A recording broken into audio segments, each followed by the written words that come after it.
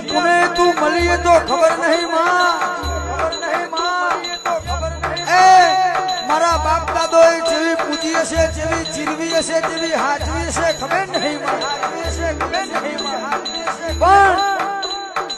ગોમ જોતું રહી ગયું ગોંદરું જોતું રહી ગયું અઢારે આલમ જોતી રહી ગઈ એવા જોમાયા તુએ ચહેર